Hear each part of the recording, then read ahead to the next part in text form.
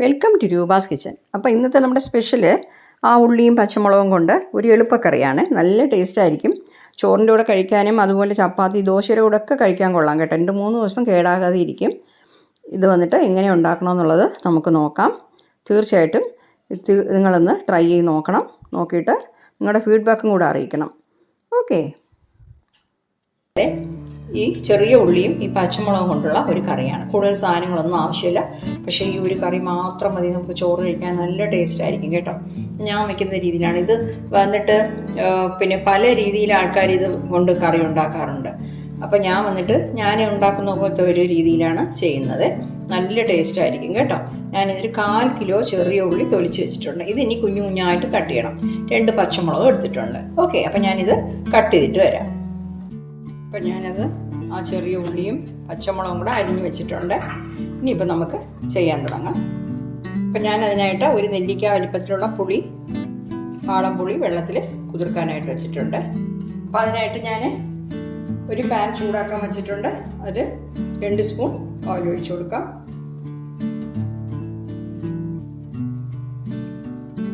എൻ്റെ ഇതിൽ തീരെ കുറച്ചേ എണ്ണ വീഴുന്നുള്ളൂ. 2 സ്പൂൺ ഓയിൽ ചൂടായിട്ടുണ്ട്. ഇതിലൊരു 1/2 ടീസ്പൂൺ കടുക് ഇട്ട് കൊടുക്കാം. കടുക് കൊടുക്കുന്നു. ഒരു 1/4 ടീസ്പൂൺ ഉലുവ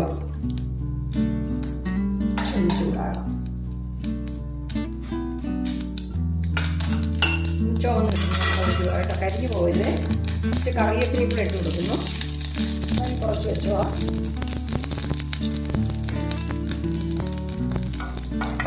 ഇനിയിപ്പോൾ നമ്മൾ എടുത്ത് വെച്ചിരിക്കുന്ന ഉള്ളിയും പച്ചമുളക് അരിഞ്ഞുകൊണ്ടല്ലേ അത് ഇട്ട് കൊടുക്കുന്നു.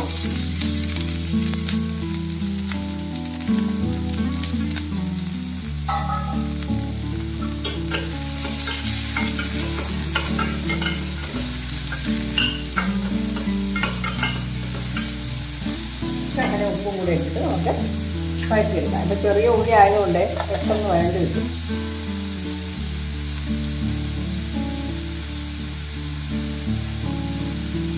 കുറച്ച് ഉപ്പും കൂടെ ഇട്ട് കൊടുക്കുന്നു. ഒന്ന് വഴറ്റിയെടുക്കാം.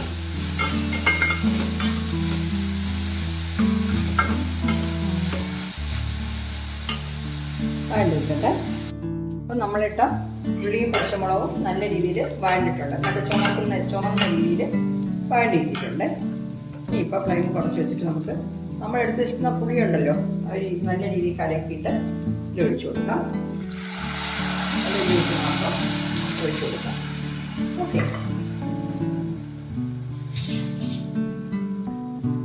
ഇതിൽ കുറച്ച് ഉപ്പ് നമ്മൾ ആദ്യം ഇട്ടിട്ടുണ്ട്. ശകലം ഉപ്പ് കൂടെ ചേർക്കാം. ഉപ്പ് തികയത്തില്ല. ഇനിയിപ്പോൾ ശകലം ഇതിൽ കായപ്പൊടി ചേർത്ത് കൊടുക്കണം. ഒരു 1/2 ടീസ്പൂൺ മതി കേട്ടോ കായപ്പൊടി. 1/2 ടീസ്പൂൺ പോലും വേണ്ട. ഒരു 1/4 ടീസ്പൂൺ ആയാലും മതി. ഈ പൊടികളൊന്നും ഒരു കറിയിലും കൂടിപ്പോകരുത്. കൂടിപ്പോയെങ്കിൽ ആ കറി കയ്പുണ്ടാവും. ഓക്കെ. ഇനിയിപ്പോൾ ഞാനിതിൽ നല്ല രീതിയിൽ തിളയ്ക്കണം. അപ്പം ഫ്ലെയിം കൂട്ടി വെച്ചിട്ടുണ്ട്. കുറച്ച് വെള്ളം കൂടെ ചേർത്ത് കൊടുക്കാം. ഒരു 2 ടേബിൾ സ്പൂൺ വെള്ളവും കൂടെ ചേർത്ത് കൊടുക്കാം. നല്ല തിളക്കട്ടെ. നമുക്കിനി ഇത് ഉപ്പും പുളിയൊക്കെ കറക്റ്റ് ആണോ നോക്കാം.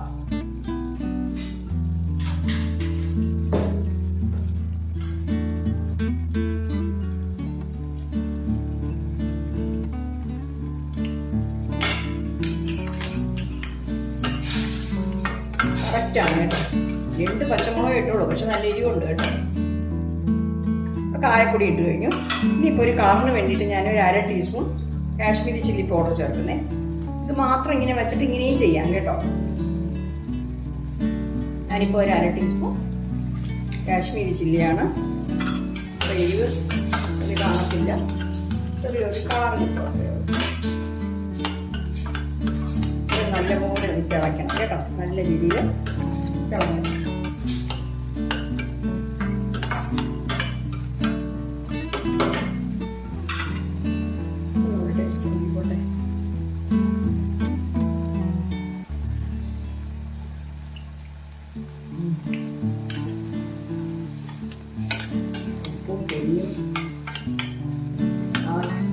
ചെറിയ ഉള്ളിയുടെ ആ ടേസ്റ്റും എല്ലാം കൂടെ സൂപ്പറായിട്ടുണ്ട് കേട്ടോ.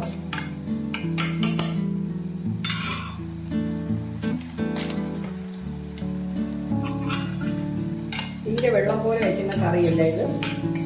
ഒരു സൈഡ് ഡിഷായിട്ട് നമ്മൾ അങ്ങനെ യൂസ് ചെയ്യണം കേട്ടോ.